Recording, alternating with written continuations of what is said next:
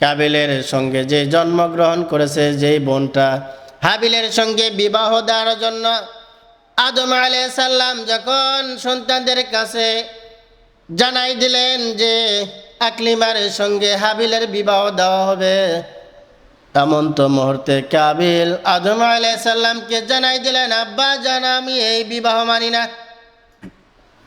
কেননা হাবিল আমার বড় ভাই, হাবিল যেই বউ হিসাবে যে মেয়েটিকে পাচ্ছে সে আকলিমা অপূর্ব সুন্দরী, আর আমাকে, আমার ভাগ্যে আপনি যাকে আমাকে দিয়ে বিবাহ দিতে চাইতেছেন সে লিওয়াজা সুন্দরী না, অতএব আমি এই কালো বউ বিয়ে করব না। কি বলতেছে? কালো বউ, এই কালো বউ আমি বিবাহ করব না। আমাকে যদি বিবাহ করতে হয় তাহলে আমি আকলিমার সঙ্গে বিবাহ করব। এবার আদম আলাইহিস সালাম বলতেছেন, সন্তানেরা আল্লাহর নির্দেশ, আল্লাহর নির্দেশ রয়েছে নিজের সঙ্গে যে জন্মগ্রহণ করেছে তার সহদরা বোন তাকে বিবাহ করা হারাম করে দিয়েছেন আল্লাহ রাব্বুল আলামিন, নিষেধ করেছেন। অতএব তোমার ভাগ্যে যে লিওয়াজা পড়েছে, তোমার সঙ্গে যে পাত্রী হিসাবে পছন্দ করে দিয়েছেন আল্লাহ রাব্বুল আলামিন, ভাগ্য নির্ধারণ করে দিয়েছেন, তোমাকে তার সঙ্গে বিবাহ করতে হবে। কিছুতে কাবিল মানতে নারাজ, না আমি এই কালো বউ মানি না। আমাদের মধ্যে অনেক যুবক ভাইয়েরা রয়েছে, বাবা মা যদি একটা ভালো মেয়ে পছন্দ করে বিবাহ দেওয়ার জন্য, মেয়েটার অনেক সম্পদ আছে, অনেক গুণ আছে, অনেক শিক্ষিত, কিন্তু যুবক ভাইরা যায় সময় বলে না এই কালো মাল চলবে না, আছে না? আবার অনেক মেয়েরাও দেখে বলে না না আমি এত সুন্দর, আমার চেহারাগুলো কি বেলনের মতো, আমার এত সুন্দর রূপ যৌবন, আমি এই কালো ছেলে মানি না। ঠিক সেই সময় কাবিল কিছুতেই লিওজার সঙ্গে বিবাহ বসতে রাজি হইলেন না। এমন তো মুহূর্তে আল্লাহ রাব্বুল আলামিন আদম আলাইহিস সালামকে নির্দেশ দিলেন, আদম তুমি যে বিপদে পড়েছ আমি তো যা জানি, অতএব তোমার কাবিল কিছুতেই যেহেতু মানতে চাইতেছে না, হাবিল তোমার পাত্রী হিসাবে যেটা দেওয়া হয়েছে ওই সুন্দরী মেয়েকে নিয়ে তোমার দুই ছেলে যেহেতু টানাটানি শুরু করে দিয়েছে, অতএব আদম তুমি এক বুদ্ধি করা, তোমার সন্তানদেরকে বলো যে আমি রব্বুল আলামিনকে সন্তুষ্টি অর্জন করার জন্য তাকে কোরবানি দিতে বলো। আদম আলাইহিস সালাম সন্তানদেরকে ডেকে বলতেছেন, বাবা তোমরা দুই ছেলেই যখন একটা মেয়েকে নিয়ে টানাটানি শুরু করে দিয়েছ, আল্লাহ হুকুম করেছে তোমরা আল্লাহর নৈকট্য লাভের জন্য তোমরা কুরবানি দাও। আল্লাহ রব্বুল আলামিন যার কুরবানিটা পছন্দ করবে তাই যার কোরবানি কবুল করে নেবেন তাই সঠিক হিসাবে পাবে, আর সঠিক হিসাবে ওই সুন্দরী মেয়ের সঙ্গে তাকে আমি বিবাহ দিব। হাবিল ছিল একজন রাখাল ছিলেন, তিনি দুম্বা পালন করতেন। কি করতেন? দুম্বা পালন করতেন। এই দুম্বা পালন করতেন হাবিল, আর কাবিল ছিল একজন কৃষক। দুই ভাই রাজি হয়ে গেলেন, হ্যাঁ আমরা কুরবানি দেব আল্লাহর নামে। হাবিল তার খামার থেকে সবচাইতে মোটা তাজা, সবচাইতে ভালো যে দুম্বাটা, সেইটা তৎকালীন সময় একটা নিয়ম ছিল, মাগরিবের নামাজের পরে যখন একটু আধার হবে সেই সময় আল্লাহর নামে আপনি যেটা কোরবানি দিবেন, যে বস্তুটা, যে জিনিসটা, সেইটাকে আপনি পাহাড় একটা নিরিবিলি নির্জন জায়গায় গিয়ে রাখে আসতে হবে। আর সেই সময় আল্লাহ যার কোরবানিটা কবুল করে নেবেন, আসমান থেকে একটা অগ্নিশিখা দিয়ে তার কোরবানিটা পুড়ে দিয়ে দিতেন। কি করতেন? কোরবানিটা পুড়ে দিয়ে দিতেন। সেই সময় যার কোরবানিটা কবুল করে নেবেন বা আল্লাহর কাছে ভালো লাগবে, আগুনের একটা অগ্নিশিখা এসে পুড়ে দিবে, তখনই বোঝা যেত না এর কোরবানিটা আল্লাহ দরবারে কবুল হয়েছে। হাবিল তার খামার থেকে সবচেয়ে ভালো একটা দুম্বা দিলেন আল্লাহর জন্য কুরবানি করার জন্য। আর কাবিল মনে মনে ভাবতেছেন, কাবিল কিন্তু ছিল চাষা কৃষক, তিনি গম চাষ করতেন। তার চাষকৃত গম থেকে সবচেয়ে ভালো ভালো গমগুলো রেখে দিলেন বাজারজাত করার জন্য, বাজারে বিক্রি করার জন্য রেখে দিলেন। আর সবচেয়ে খারাপ পোকা লাগা ঠসা গমগুলা যেগুলো ছিল সেগুলো নিয়ে গিয়ে এক বস্তা ওই খোলা আকাশে রেখে আসলেন, আল্লাহকে দিলেন কুরবানির জন্য, আল্লাহ রাস্তায় দিয়ে দিলেন।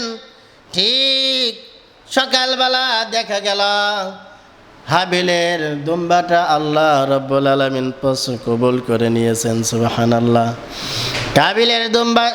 কাবিলের ঠসা ভরা গমগুলা যেরকম বস্তায় করে রেখেছে ছালার মধ্যে, সেই রকমই পড়ে রয়েছে। এ থেকে বোঝা গেল আমরা যে কুরবানি দেই সেই তৎকালীন সময়ে যে প্রচলিত প্রথা ছিল আল্লাহ রাব্বুল আলামিনের নিদর্শন ছিল, এইরকম নিদর্শন যদি আজও থাকতো আমার মনে হয় কত মানুষের কোরবানি যে পচে থাকতো পড়ে থাকতো, কারণ তার কোনো ঠিক নাই। কারণ আমাদের নিয়তই ঠিক নাই, নিয়ত আমাদের জামাই পালা আর সন্তান পালা আর মানুষকে দেখানা আমি এত বড় কুরবানি দিলাম। ঠিক পরের দিন যখন দেখলো কাবিলের কুরবানি আল্লাহ কবুল করে নেন নাই, কাবিল এবার বলতেছেন যে না না না, আমি এইটা মানি না, তোমার কোরবানি কবুল হয়েছে তো কি হয়েছে, যাই কিছু হোক আমি ওই সুন্দরী মেয়ে আকলিমাকে ছাড়া বিবাহ করব না। কিন্তু কাবিল তুমি যে ওই সুন্দরী মেয়েকে বিবাহ করবা সেটা আমি হতে দিব না। এবার আল্লাহ রাব্বুল আলামিনের কথাও তিনি মানলেন না। এবার বলতেছেন বড় ভাইকে, আমি বিবাহ করতে পারবো না, কিন্তু তোকেও বিবাহ করতে দেব না, তোকে আমি হত্যা করে ফেলবো। সূরা মাইদার 28 নম্বর আয়াতে। এবার হাবিল বলতেছেন, ছোট ভাই যদি তুই আমাকে হত্যাও করে ফেলে দেস আমি তোকে বাধা দিব না, কিন্তু তুই আমাকে হত্যা করে ফেলে দিতে পারিস, কিন্তু আল্লাহর যেটা হুকুম আমি আর বাইরে এক চুল নড়ব না। অবশেষে কাবিল তার ভাইকে সুন্দরী মেয়ের জন্য তার নিজের ভাইকে হত্যা করলো। হত্যা করার পর এখন ভাবতেছে লাশ করব কি।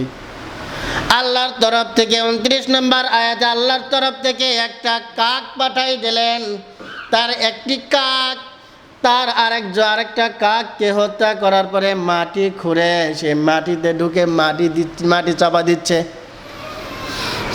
সেই নিদর্শন কাবিল দেখলেন, দেখার পরে তার নিজের ভাইকে ঠিক সেভাবে মাটি চাপা দিয়ে রাখলেন। সেই কাল এখন থেকে বোঝা গেল যে আদম আলাইহিস সালামের জামানা থেকেই আসতেছে কুরবানি। তাহলে শুধু ইব্রাহিম আলাইহিস সালামের ঘটনায় ইব্রাহিম আলাইহিস সালামকে যে শুধু কুরবানি করতে বলেছেন এমনটা না, এক এক নবীর জামানায় এসে আল্লাহ এক একভাবে সিস্টেম করে দিয়েছিলেন। আমরা কুরবানি যাই, কুরবানির আমাদের নিয়তগুলো ঠিক থাকে না। ইব্রাহিম পয়গম্বরের কুরবানির ঘটনা সামনে সপ্তাহে বলবো। কুরবানি আমরা যে এমন একটা নিয়ত করি, আমাদের নিয়তগুলোকে কেন্দ্র করে আমাদের বড় ভাই তোফাজ্জল হোসেন ভৈরবী, নাম শুনছেন না? তিনি একটা কিন্তু ছন্দ বলেছিলেন, যে ছন্দটা আমাদের ছোট বড় মেজ সেজ সকলের মুখে মুখে রটে গিয়েছিল, আমাদের খুব ভালো একটা লেগেছিল। কিন্তু যে ছন্দটা আমার বড় ভাইকে বলেছিলেন, ছন্দটাতে কি বোঝাইতে চেয়েছেন কখনো কি আপনি বুঝে দেখেছেন? তিনি কত সুন্দর করে ছন্দে বললেন, জিলহজের চাঁদ উঠেছে, দরবার হলো শুরু, হাদিস মতে পাওয়া গেল 7 জনে এক গরু, 7 জনে কুরবানি দিব ঠিক করেছি ভাই, মোটা তাজা গরু কিনা গোস্ত বেশি খায়। এই বলিয়া 7 জনে মিলে বাজার এতে গেল, উঁচা মোটা গরু দেখে কুরবানি কিনিল। ঈদের নামাজ পড়ে এসে করলো, জবাই করলো গরু, সেখান থেকে কেবল ব্যাপক ঝগড়া হলো শুরু। প্রত্যেকটি লাইন কিন্তু আমাদের যুগের সঙ্গে একবারে সাদৃশ্যপূর্ণ। সেখান থেকে কেবল ব্যাপক ঝগড়া হলো শুরু। সলিমউদ্দিন চোখ ইশারায় কলিমউদ্দিনকে বলে, কালি ক্যাম্বা হার আড্ডি আছে, সিনা গেল কোটে। কলিমউদ্দিন বলে, গইয়া কিন্তু ঝগড়ার আগার জম, নিজের ভাগত বেশি ফেলায় আর পরের ভাগত কম। এই বলিয়া সবাই মিলে লাগলো হুড়াহুড়ি। আবার কেউ ভাই আসে করে রে ভাই গোস্ত ছিটাছিটি। 7 জনে কুরবানি দিয়ে কি হলো দশা, একেবারে মিটে গেল গোস্ত খাওয়ার আশা। আমাদের সমাজেও আমাদের নিয়তগুলো কিন্তু ঠিক এমনই হয়।